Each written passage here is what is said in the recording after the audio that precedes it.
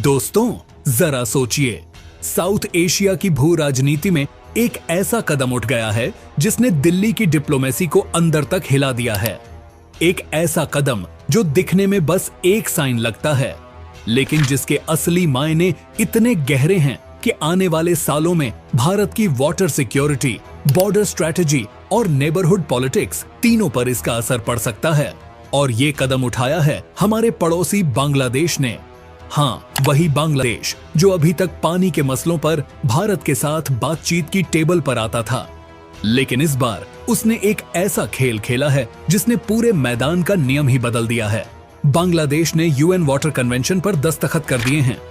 सुनने में यह एक आम इंटरनेशनल एग्रीमेंट लगता है, लेकिन दोस्तों, यह एग्रीमेंट नहीं, एक पूरी रणनीतिक चाल है, क्योंकि इस दस्तखत से ठीक एक साल बाद 2026 में भारत बांग्लादेश गंगा वाटर ट्रीटी का रिन्यूअल होना है।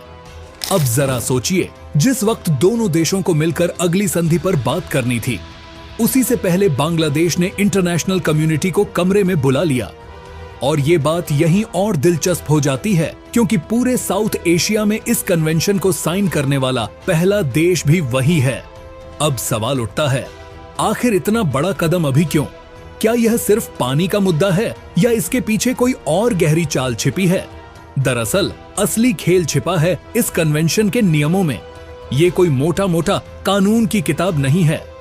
ये एक ऐसी इंटरनेशनल रूल बुक है जो उन सभी नदियों पर लागू होती है जो दो या दो से ज्यादा देशों से गुजरती हैं, जैसे गंगा, तीस्ता, मनु, फेनु, गोमती, यानी वह पानी जिस पर भारत और बांग्लादेश दोनों की किस्मत टिकी है। लेकिन ध्यान दीजिए, यह सिर्फ पानी नहीं, यह जियोपॉलिटिक्स है, यह भविष्य की सुरक्षा है, यह ताकत है।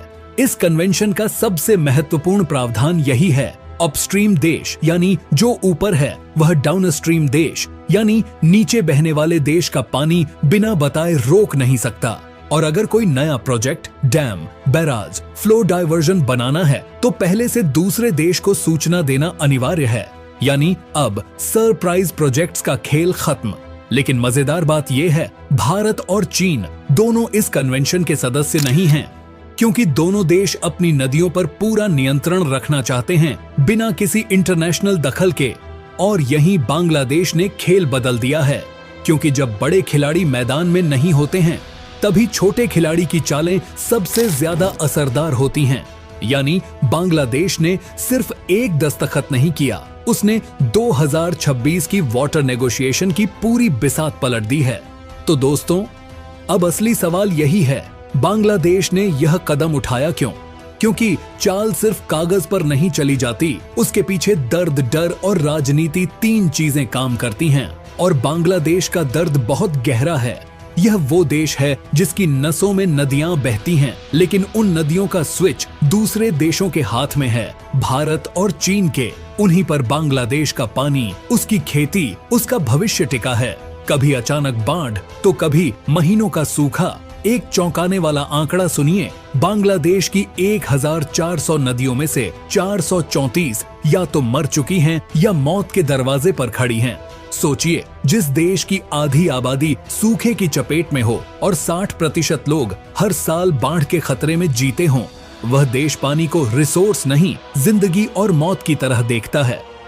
यहाँ से समझ आता है कि बांग्लादेश को क्यों लगता है कि द्विपक्षीय बातचीत में उसे हमेशा कम मिलता है, चाहे बात गंगा की हो या तीस्ता की। और शायद इसी वजह से उसने सोचा, जब टेबल पर बात नहीं सुनाई देती तो इंटरनेशनल कोर्ट रूम में आवाज उठाओ।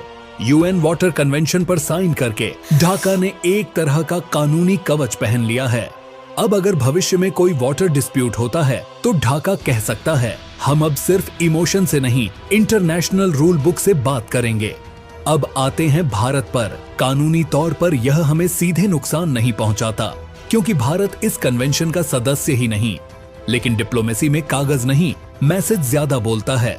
और बांग्लादेश ने यह मैसेज बहुत साफ दे दिया है, अगर पानी पर मतभेद बढ़ते हैं तो हम अब अकेले नहीं बैठेंगे, दुनिया को साथ लाएंगे। इस कदम का पहला असर यह होगा कि भारत की वाटर डिप्लोमेसी को अब पहले से ज्यादा पारदर्शी और मजबूत होना पड़ेगा। कल तक बातचीत सिर्फ दिल्ली ढाका के बीच होती थी, लेकिन अब वही मुद्दा यूएन की मीटिंग्स में भी उठ सकता है। जहां दुनिया भारत से सवाल पूछेगी, फ्लो डाटा बताइए, डैम ऑपरेशन बताइए, कितनी जानकारी शेयर की। दूसरा असर, अगर बांग्लादेश डैम्स और फ्लो मैनेजमेंट की अधिक डिटेल मांगता है तो भारत को पूर्वी हिस्से में नए इंफ्रास्ट्रक्चर और डेटा सिस्टम मजबूत करने होंगे। और तीसरा, सबसे खतरनाक असर, डोमिनो इफेक्ट। अगर बांग्लादेश इस कन्वेंशन से फायदे उठाता दिखा तो कल नेपाल और भूटान भी यही रास्ता पकड़ सकते हैं, यानी साउथ एशिया की पूरी वाटर पॉलिटिक्स का नक्शा बदल सकता है। अब सबसे बड़ा प्रश्न, क्या बांग्लादेश इस कन्वेंशन का सहारा लेकर भारत को इंटरनेशनल कोर्ट में ले जा सकता है? सीधा जवाब, नहीं, क्योंकि भारत इस समझौते का हिस्सा ही नहीं। लेकिन असली चाल यहाँ है, ढाका अब यूएन के मंच पर खड़े होकर भारत पर पॉलिटिकल प्रेशर जरूर बना सकता है। वह कह सकता है कि नदियों को नुकसान न पहुंचाना कस्टमरी इंटरनेशनल लॉ है, यानी एक ऐसा अघोषित नियम जो सब देशों पर लागू होता है।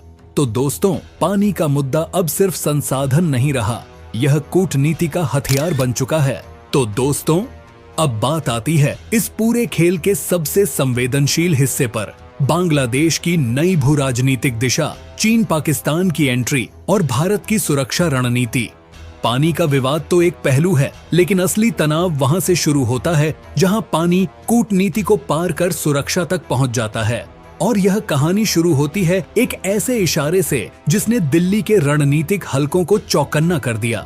जब पाकिस्तान में जनरल मुनीर से बांग्लादेश के अंतरिम प्रमुख मोहम्मद यूनुस की मुलाकात हुई तो उन्हें एक किताब भेंट की गई, आर्ट ऑफ ट्रम्प। किताब तो ठीक है, लेकिन उसके कवर पर बना नक्शा बिल्कुल भी ठीक नहीं था। रिपोर्टों के अनुसार उस नक्शे में पूरा north east Bharat greater Bangladesh का हिस्सा दिखाया गया था। यह एक साधारण गलती नहीं, बल्कि एक ऐसा संकेत था जिसने भारत की सुरक्षा एजेंसियों में खलबली मचा दी।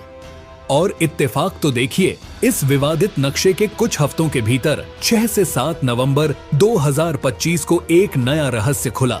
सूचना मिली कि बांग्लादेश भारत के सबसे नाजुक सिलीगुड़ी कॉरिडोर, चिकन नेक के बिल्कुल पास लालमनीरहाट एयरबेस में चीन से खरीदा गया advanced air defence radar system लगा रहा है।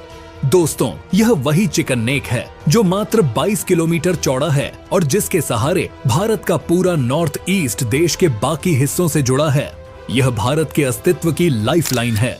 कई विशेषज्ञों का मानना है कि ढाका का यह कदम एक तरह की डर वाली डिप्लोमेसी है, क्योंकि भारत ने पाकिस्तान के खिलाफ जब इंडस वाटर ट्रीटी पर कड़ा रुख अपनाया तो बांग्लादेश को डर है कि कहीं भारत गंगा संधि के मामले में भी वही रास्ता न चुन ले।